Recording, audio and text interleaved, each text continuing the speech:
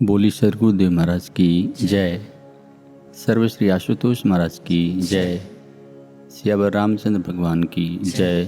सच्चे दरबार की जय। प्रिय भागवत प्रेमियों, अत्यंत सौभाग्यशाली हैं हम सभी जिन्हें यह सौभाग्य प्राप्त हुआ है कि आज हम गुरुदेव सर्वश्री आशुतोष महाराज जी के सिम कृपा एवं आशीर्वाद से दिव्य ज्योति जागती संस्थान के तत्वाधान में हमेशा की भांति संत महापुरुषों के विचारों को, श्री गुरुदेव महाराज जी की प्रेरणा को श्रवण करने हेतु यहाँ उपस्थित हुए हैं, जो इस भक्ति पथ पे चलने हेतु हम सभी को अत्यंत आवश्यक होते हैं। 84 लाख योनियों में मनुष्य जन्म की प्राप्ति जैसे दुर्लभ होती है, ठीक उसी तरह मनुष्य जन्म की प्राप्ति के पश्चात भी ईश्वर के होने में, ईश्वर की सत्ता में विश्वास का होना, ये भी उतना ही दुर्लभ होता है। इसके पश्चात ईश्वर की चर्चा सुनने को प्राप्त होना भी, कथाएं सुनने को मिलना, सत्संग विचार सुनने को मिलना, ये भी दुर्लभ होता है। सत्संग प्रवचन कथा कीर्तन सुन लेने के पश्चात भी एक योग्य गुरु का, समय के पूर्ण सद्गुरु का प्राप्त होना, ये भी उतना ही दुर्लभ होता है। पर हम सभी इन तमाम पड़ावों को पार करते हुए आज इस मुकाम पे पहुँचे हैं कि गुरुदेव की असीम कृपा से न जाने कितने असंख्य अनंत जीवों में से हमें यह सौभाग्य प्राप्त हुआ है। आज इतने वर्ष के पश्चात भी हम उनकी ही आशीर्वाद एवं कृपा से इस मार्ग पे अग्रसर हो पा रहे हैं, बढ़ पा रहे हैं। महत्वपूर्ण यह है कि ये जितनी भी दुर्लभताएं हैं ये हमें प्राप्त हो गई, लेकिन इसमें हमारा पुरुषार्थ क्या है, इसमें हमने क्या किया, देखा जाए तो शायद कुछ भी नहीं। ये सब और सब ईश्वर की, गुरु की अनंत कृपा आशीर्वाद से ही संभव हो पाया है। इस मार्ग पे चलते हुए आज तक अगर हम स्वयं को यहाँ ला पाए हैं तो गुरुदेव की ही अनंत अनुकंपा है। लेकिन इस मार्ग पे चल पाना इतना सहज और सरल नहीं होता। गुरु की कृपा ना हो तो ये संभव ही नहीं है। इसीलिए संत महापुरुषों ने इस मार्ग को दुर्गम कहा, दुःसाध्य कहा, और इसमें सफलता की प्राप्ति हेतु सदैव गुरु की कृपा की आवश्यकता होती है। आज के सत्संग विचारों के माध्यम से हम ऐसे ही कुछ विचारों पे चिंतन करने का, मनन करने का प्रयास करेंगे। हम देखते हैं संसार में चलते हुए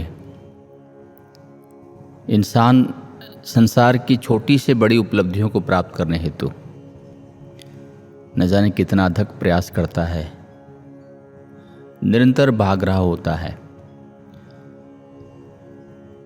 चाहे वो विद्यालय, महाविद्यालय, विश्वविद्यालय की कोई डिग्री हो या किसी तरह की कोई नौकरी की पद प्रतिष्ठा हो या संसार में अन्य कोई सम्मान, लेकिन इनकी प्राप्ति के पश्चात भी जिस लक्ष्य को प्राप्त करने के लिए ईश्वर ने हमें यह अवसर दिया, वो हमसे दूर ही होता है। सीधा सा उत्तर है, हम किसी भी संत से, किसी भी मत को मानने वाले से, किसी भी धर्म ग्रंथ से अगर हम इस प्रश्न का उत्तर ढूंढना चाहें कि मनुष्य जीवन का उद्देश्य क्या है, तो वह है ईश्वर की भक्ति, ईश्वर की प्राप्ति, मोक्ष की प्राप्ति, मुक्ति की प्राप्ति, आनंद की प्राप्ति, स्थिरता की प्राप्ति, जन्म मरण की व्याधि से मुक्त होना। लेकिन इसके लिए इस यात्रा में समय के पूर्ण सद्गुरु की जो आवश्यकता है, उनकी जो कृपा है, वो पग पग पे आवश्यक होती है। इंसान के, साधक के अपने संस्कार, जन्मों जन्मों के उसके स्वयं के विकार उसके मार्ग में कठिनाई बनकर आते हैं। इसीलिए वो संसार की तमाम उपलब्धियों को प्राप्त करके भी उस आनंद को, उस स्थिरता को, उस शांति को अनुभव नहीं कर पाता जो प्राप्त करना उसका एक तरह से जन्म सिद्ध अधिकार था। इसलिए इसका उत्तर कहें या इसकी एक शर्त कहें या इसकी एक आवश्यकता कहें, इसको समझाते हुए आद्य गुरु शंकराचार्य जी ने अपनी रचना गुरु अष्टकम के माध्यम से बहुत सुंदर समझाया है। हम सब ने अनेकों बार इसको सुना है। हम में से कई साधकों को ये याद भी होगा। उन्होंने इस 8 श्लोक के गुरु अष्टकम में संसार की समस्त उपलब्धियों को गिनाया है, चाहे वो शरीर का सौंदर्य हो, सुंदर पत्नी पुत्र का होना हो, समर्थ बंधु बांधवों का होना हो, सुमेरु पर्वत के समान धन का होना हो, षडंग आदि वेदों में निष्णात होना हो, गद्य और पद्य की रचना में समर्थ होना हो, अपने देश में धन धान्य से पूरा होना हो या विदेशों में सम्मान से भरा पूरा जीवन हो, चाहे हम गृहस्थ में रह रहे हों या संन्यास में हों, योग कर रहे हों या सांसारिक सुख ऐश्वर्य के मार्ग पे चल रहे हों, अरण्य में हो या हम शहरों में रहते हों, हम राजा हो, समस्त दुनिया हमारी जय जयकार करती हो, इन सारी उपलब्धियों को रखते हुए उन्होंने एक तरफ और हर श्लोक के अंत में एक बात समझाया कि इन सब के होने के बावजूद भी अगर हमारे गुरु के चरणों में मन से लगन नहीं हुआ तो वो इन बातों को ऐसे नकार देते हैं जैसे हम किसी व्यक्ति से बात करते हुए वो अपनी उपलब्धियां गिना रहा हो और हम बड़े आसानी से कह देते हैं तो क्या। यही बात शंकराचार्य जी यहाँ कहते हैं, गुरुरंध्र पद में मनस्य न लगनम ततः किम ततः किम ततः किम ततः किम, कि गुरु के चरणों में अगर मन से लगन नहीं हुआ,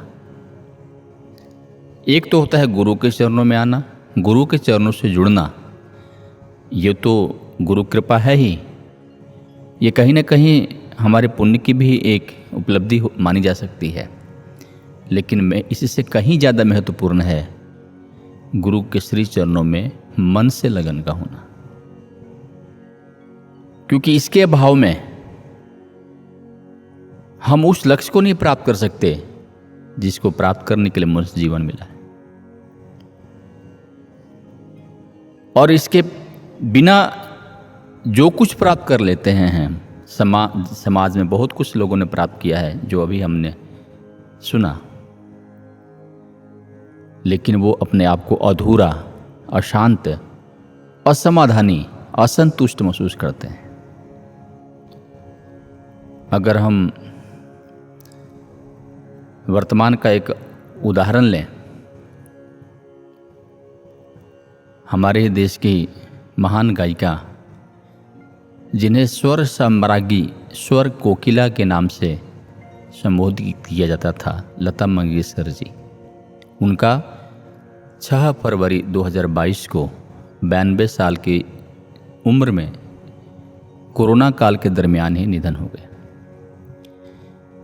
उस दिन भर प्रत्येक न्यूज़ चैनल पे यही समाचार चल रहा था, उनसे जुड़ी हुई उनके ही घटनाएं, उनके ही लाइफ के विभिन्न पहलुओं को प्रस्तुत किया जा रहा था।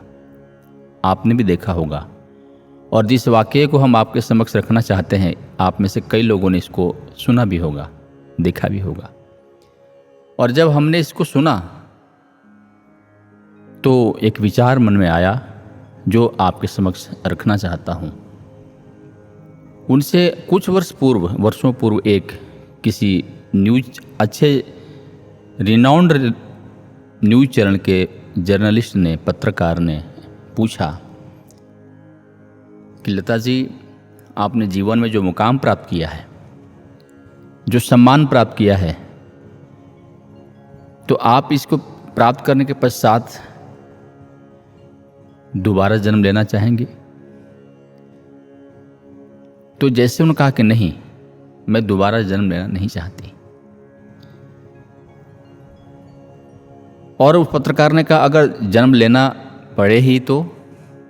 वो कहते हैं कि अगर दोबारा जन्म लेना पड़े, क्योंकि हमारे हाथ में नहीं होता ये सब, तो ये बोलते हुए ही उसने पूछ लिया कि क्या आप दोबारा जन्म लेना ही पड़ता है? लेना आपकी मजबूरी है, लेना ही पड़ता है, वो हमारे हाथ की बात नहीं है। तो क्या आप दोबारा से लता मंगेशकर बनना चाहेंगे? तो छूटते ही लता मंगेशकर जी ने कहा कि जन्म लेना ही पड़े अगर, लेकिन मैं लता मंगेशकर तो बिल्कुल नहीं बनना चाहूँगी। साधकों, गुरु भाइयों, गुरु बहनों, यहाँ हम थोड़ा रुक के विचार करें, ये कौन बोल रहा है जिसे भारत सरकार का सर्वोच्च सम्मान प्राप्त हुआ था, जिसे हम भारत रत्न पुरस्कार कहते हैं। उसके पूर्व उन्हें पद्म विभूषण का भी पुरस्कार प्राप्त हुआ था। आप जानते हैं, भारत सरकार का सर्वोच्च सम्मान प्राप्त होना भारत के लिए सर्वोच्च सम्मान की बात होती है। लेकिन सर्वोच्च सम्मान को प्राप्त हुआ व्यक्ति भी, पद्म विभूषण से विभूषित व्यक्ति भी, उस पद को नहीं प्राप्त करना चाहता, ऐसा जीवन पुनः नहीं चाहता जिसको प्राप्त करने के न जाने संसार में कितने लोग लालायित होंगे, आज भी प्रयत्नशील होंगे, लेकिन वो उस मुकाम पे पहुंच के भी वो दोबारा नहीं चाहती। अगर वो संतुष्ट होती, अगर उनके मन में कहीं कोई कमी, कोई अधूरापन, कोई कसक नहीं होता, कोई अफसोस नहीं होता, तो क्या उनके अंदर से उद्गार निकलते? कतई नहीं।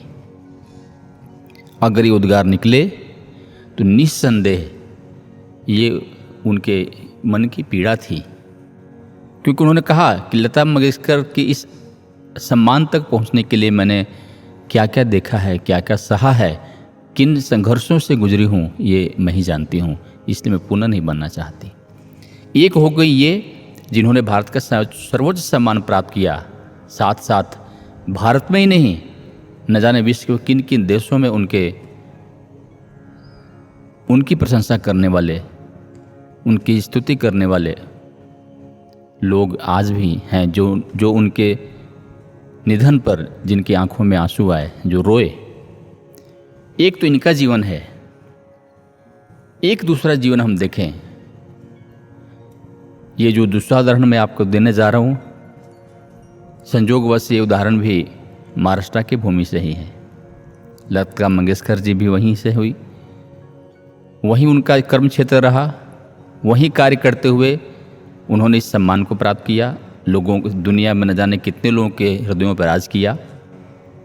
और महाराष्ट्र जिसे संतों की भूमि भी कहा जाता है, वहीं के एक संत तुकाराम महाराज, उन्होंने अपने एक अभंग में क्या कहा है, हम इन दोनों को अगर तुलनात्मक दृष्टिकोण से देखें तो हमें साफ नजर आएगा कि इस दोनों में क्या अंतर है, क्या फर्क है। संत तुकाराम जी अपने अभंग में कहते हैं, तुका महणे गर्भवासी आमहा घाला वे सुखासी। और ये पांडुरंग श्री कृष्ण के समक्ष कह रहे हैं,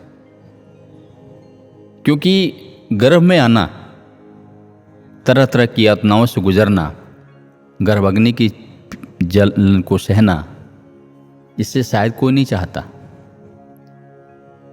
लेकिन वो कहते हैं कि और उनको भी लगता है कि कहीं ना कहीं परमात्मा इस बात के लिए तैयार ना हो कि मैं अपने भक्त को दोबारा इस पीड़ा से कैसे गुजरने दूं। लेकिन वो कहते हैं, हे पांडुरंग, हे कृष्ण, हे विठल, तुम इस बात से चिंतित ना हो कि मुझे गर्भ में जाना पड़ेगा, पीड़ा सहना पड़ेगा। मुझे ऐसे अनेक बार गर्भवश स्वीकार है। वो इसलिए कि मैं उन लोगों को जो अभी भी ईश्वर से दूर हैं, कृष्ण से दूर हैं, विठल से दूर हैं, पांडुरंग से दूर हैं, भक्ति से दूर हैं, ब्रह्म ज्ञान से दूर हैं, उन्हें इस पथ पे लाने के लिए मुझे इस वेदना को सहने में भी कोई परहेज नहीं है। अब देखें, अक्सर हम देखते हैं, आज ये कोई नई बात नहीं है और ये किसी एक संत के साथ नहीं हुआ। एक तरफ लता मंगेशकर जी का जीवन सुविधाओं से, सम्मान से भरा हुआ था, और एक संत तुकाराम जी का जीवन अभावग्रस्त जीवन, संत तुकाराम जी का सुविधा से भरा पूरा जीवन लता मंगेशकर जी का। लेकिन वो नहीं चाहती, संत तुकाराम जी को जीते जी कोई पुरस्कार नहीं मिला। जो मिला वो उनका अंतःकरण, उनकी आत्मा जानती है, या उनके गुरु या ईश्वर जानता है। तो ये जो उद्गार हैं, ये जो मनोदशा है, ये जो अंतर की एक उनकी भावना है, ये कहाँ से आई, कैसे आई? ये है गुरु कृपा। और ये गुरु कृपा कब प्राप्त हुई? उनके जैसे अनेक साधक इस गुरु भक्ति के मार्ग पे चलते तो हैं, लेकिन सब ऐसे नहीं हो पाते। वजह थी कि उन्होंने अपने गुरु से अपने मन को लगाया था, जो कार्य अत्यंत कठिन है, लेकिन उन्होंने ये करके दिखाया था। और गुरु चरणों में मन के लगन के कारण ही वो इस संत तुकाराम महाराज जी की अवस्था को प्राप्त हुए, जिन्हें महाराष्ट्र के अंदर जगत गुरु तुकाराम जी की उपाधि भी दी जाती है। उनके ग्रंथ तुकाराम गाथा को वहाँ के लोग पांचवा वेद की तरह सम्मान देते हैं। तो कहने का तात्पर्य है कि हमारा जीवन भक्ति के मार्ग पे चलते हुए, गुरु भक्ति के मार्ग पे चलते हुए तभी उस अवस्था को प्राप्त कर सकता है जब हमारे हृदय में गुरु के चरणों के प्रति प्रीति हो। और हृदय में भक्ति तब आती है जब उसे अपने गुरु के चरणों के लगन हो, जो निस्संदेह कठिन कार्य है। क्योंकि शंकराचार्य जी संसार के समस्त उपलब्धियों को, जिनको प्राप्त करना सहज नहीं है सबके लिए, जिनको प्राप्त करके लोग न जाने कितना इठलाते हैं अज्ञानतावश, लेकिन फिर भी उनको प्राप्त करना सबके लिए संभव नहीं होता। तो उनकी उपलब्धि के लिए भी, उनकी प्राप्ति के लिए भी न जाने किस किस संघर्षों से गुजरना पड़ता है।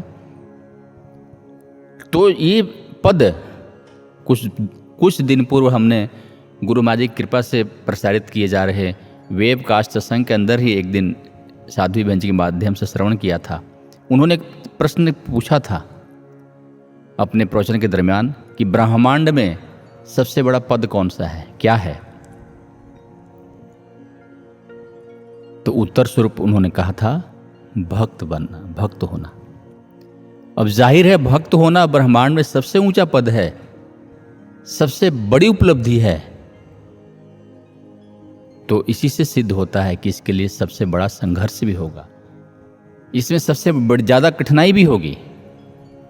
हम आज यूपीएससी की एग्ज़ाम देते हैं, यूपीपीएससी की एग्ज़ाम देते हैं, बीपीएससी की एग्ज़ाम देते हैं, एमपीएससी की एग्ज़ाम देते हैं, आईएएस और आईपीएस बनना चाहते हैं। उसके लिए कितना संघर्ष, कितनी पढ़ाई, कितनी स्टडी करनी पड़ती है, जिसके बाद इनका जीवन, आप में से कई लोगों ने इस ओहदे को प्राप्त किया होगा, इस पे कार्यरत होंगे, लेकिन इसके बावजूद भी हम कितने संतुष्ट हो पाए हैं, हमारा जीवन कितना आनंदपूर्ण है, ये हमारा हृदय जानता है। तो जब इन समस्त उपलब्धियों से ब्रह्मांड में, किसी देश में नहीं, विश्व में ही नहीं, ब्रह्मांड में अगर सबसे ऊंचा पद भक्त होना है तो इसके लिए निस्संदेह बहुत बड़े तपस्या की, बहुत बड़े संघर्ष से गुजरने की आवश्यकता होती है। और यह सिवाय गुरु कृपा का नहीं होता, गुरु के प्रति लगन के बिना नहीं होता। इसलिए कहते हैं ऐसा लगन हो जैसा पपीहे का स्वाति नक्षत्र के बूंद के लिए होता है। वो निरंतर उसी की रट लगाया रहता है। उसके पास और कई तरह के पर्याय होते हैं, ऑप्शंस होते हैं। नदी के पानी पी सकता है वो, कुएं के पानी पी सकता हो, अन्य किसी नक्षत्र में बरसने वाले बारिश के बूंदों को भी पी के प्यास बुझा सकता है। लेकिन नहीं, उसका संकल्प है कि वो पिएगा तो स्वाति नक्षत्र की बूंदे। ये क्या सिखाती है? और नीर है, लेकिन नहीं, हम गुरु भक्ति मार्ग पे जब आगे बढ़ते हैं तो हमारे लिए संसार की तरफ से कई प्रलोभन आते हैं, कई और रास्ते दिखते हैं। लेकिन एक जिसको गुरु चरणों से लगन है, प्रीति है, जिसको समझ आ गया है कि गुरु के बिना जीवन व्यर्थ है, और यही बात साईं बुल्ले शाह ने भी समझाया है अपने एक साखी के माध्यम से। जे तू रब नू मनौना पहले, यार नू मना, रब मन जानदा यार नू मनौना औखा है। औखा शब्द का अर्थ भी कठिन ही होता है। यार मनने बिना तो रब नहीं मनना, तेरा यार बाजो कितने नहीं कम बनना। यही बात दोहराई। इसीलिए जैसे पपीहे को स्वाति नक्षत्र के अलावा कोई मार्ग नहीं, उसी तरह इस भक्ति मार्ग पे चलते हुए अगर संघर्ष आता है, कठिनाइयां आती हैं, दुविधाएं आती हैं, तो एक सच्चा साधक किसी और तरफ नहीं आस लगाता। वो ना तो किसी देवी देवता की तरफ जाता है, ना किसी अन्य रिश्तेदारों की तरफ जाता है, ना गुरु भक्ति के मार्ग को संघर्ष के कारण छोड़ के अन्य कोई मार्ग अपनाता है। जैसे स्वयं साईं बुल्ले शाह, जिन्हें छोटी सी गलती के लिए शायद तराशने के लिए, संवारने के लिए गुरु ने अपने आश्रम से बाहर कर दिया। रात रात जागे, रात रात रोए, लेकिन गुरु के अलावा कहीं और किसी की शरण में नहीं गए। हमने कई बार भजनों में सुना होगा कि मैं तू हूं भक्तन का दास, भगत मेरे मुकुटमणि। मुकुट राजा के सिर पे सुशोभित होता है, अर्थात सबसे ऊंचा आभूषण होता है। उसमें स्थित मणि भगवान अपने भक्तों को कहता है। इसलिए इस भक्ति मार्ग पे बढ़ते हुए जब भगवान अपने आप से ऊंचा का दर्जा भक्तों को देता है, तो भक्ति के उस मुकाम को प्राप्त करने के लिए हमें कैसे गुजरना होगा, किस लगन से बढ़ना होगा, कितनी शिद्दत से इस मार्ग पे चलना होगा, कितनी तन्मयता से इस मार्गक्रमण करना होगा, इस बात को हमें हर पल पग पग पे ध्यान रखना चाहिए। अन्यत्र बातों में अगर हमारा ध्यान गया, होता क्या है, ये क्यों नहीं हो पाता? क्योंकि हमारा ध्यान जहां स्थिर होना चाहिए, जहां लगना चाहिए, वहां ना लग के संस्कारवश कह लें, विकारवश कह लें, मायावश कह लें, संगतिवश कह लें, हमारा ध्यान अन्यत्र बिखर जाता है, कहीं और जुड़ जाता है। और जहां जुड़ता है हम वैसे ही स्वरूप में ढलते चले जाते हैं। एक बार महाराज जी के ही एक शिष्य स्वामी जी, ये सन 2000 की बात है, अब वो इस संसार में नहीं हैं, उन्होंने एक सफ़र के दरमियान, हम उनके साथ कहीं सेवा में जा रहे थे सत्संग के लिए, तो ट्रेन में कुछ ऐसा जिक्र निकल गया, तो उन्होंने अपने मन की जो मनोदशा थी एक बार शेयर की और कहा कि मैं जहाँ जिनके साथ रह रहा था, मेरा मन खिन्न हो गया, परेशान हो गया, तकलीफ मुझे सहन नहीं हो रही थी व्यवहार के कारण। तो मैंने अपनी व्यथा महाराज जी के समक्ष रखी एक बार कि महाराज जी ऐसा ऐसा होता है, मैं जहाँ रहता हूँ हाँ मेरे साथ ऐसा होता है, मुझे इस तरह का सामना करना पड़ता है। तो उन्होंने कहा था कि महाराज जी ने तब मुझे कहा कि ये बताओ भगवान शिव के पास कौन रहते हैं। तो कह रहे हैं वो कि मैंने स्वयं कहा कि महाराज जी भगवान शिव के पास तो शिवगण रहते हैं, भूत प्रेत रहते हैं, बैताल रहते हैं, सांप रहते हैं, बिच्छू रहते हैं, जो दिखने में विकृत होते हैं, जिनके विचार, जिनके आकार, जिनकी आवाज़ें डरावनी होती हैं, जिनके अंदर विष भरा होता है, लेकिन वो फिर भी शिव के ही अधीन होते हैं। तो महाराज जी ने कहा कि अगर आप शिव तक पहुंचना चाहते हैं तो आपको इनकी तरफ ध्यान नहीं देना। अगर उनकी तरफ देखोगे तो डर लगेगा, उनकी आवाज़ों की तरफ ध्यान दोगे तो भय पैदा होगा, उनके चेहरों को देखोगे तो तुम्हें तकलीफ होगी। तुमने सीधा शिव को देखना है, वो तुम्हें कुछ नहीं करेंगे बशर्ते तुम ध्यान अपने लक्ष्य की तरफ रखो। अर्थात गुरु महाराज जी ने समझाया कि इस भक्ति मार्ग पर हम चल रहे हैं, गुरु का दरबार पूर्ण दरबार है। हर तरह के लोगों को गुरु किसी को के लिए ना नहीं कहते, हर किसी को बुलाते हैं, हर किसी को मौका देते हैं, हर किसी को अवसर देते हैं, क्योंकि गुरु ही का ही दरबार एक ऐसा होता है जहां किसी के लिए ना नहीं होता। इसलिए क्योंकि यहां के अलावा कहीं और संवरना, सुधरना, जन्म मरण से बाहर जाने का कोई और उपाय नहीं है, इसलिए वो सबको मौका देता है और हमें रहना है और हमें बार बार समझाता है कि हमने सिर्फ गुरु को देख के चलना है, गुरु पे ही ध्यान केंद्रित करना है। और गुरु पे ध्यान केंद्रित करें तो ना तो हमारा किसी से आसक्ति होती है, तो आसक्ति बस चिंतन में नहीं होगा, ना हमारा किसी से वैर होता है, ना वैर बस हमारे मन में किसी के प्रति उद्वेग पैदा होगा, ना हमें किसी से भय होगा जिसके भय से प्रेरित होकर हम किसी गुरु से हटके उसके चिंतन में अपना समय लगाएंगे। इसलिए कहा कि शिव को देखना, अपने लक्ष्य को देखना, अपने गुरु को देखना, अपने गुरु के मन के चरणों से मन को जोड़ना, इसलिए हम सब के लिए अवसर है, हम सब के लिए मौका है जो बड़ी मुश्किल से प्राप्त होता है और आज गुरुदेव की अनंत कृपा से हमें प्राप्त हुआ है। तो हमें गुरु चरणों में प्राप्त इस अवसर का लाभ उठाते हुए अपने जीवन को धन्य करते चलना है। इन्हीं विचारों को आपके चरणों में रखते हुए मैं अपने विचारों को विराम देना चाहूँगा। बोलिए सद्गुरुदेव महाराज की जय, सर्वश्री आशुतोष महाराज की जय, सच्चे दरबार की जय।